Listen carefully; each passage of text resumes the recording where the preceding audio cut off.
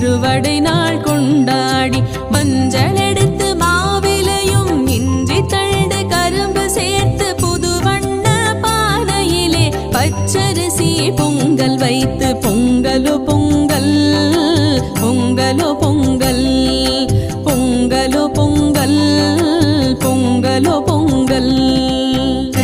பொங்கல் பொங்கலோ பொங்கல் மாட்டு பொங்கல் பொங்கலோ பொங்கல் காணும் பொங்கல் பொங்கலோ பொங்கல் சக்கரை பொங்கல் பொங்கலோ பொங்கல் பொங்கலோ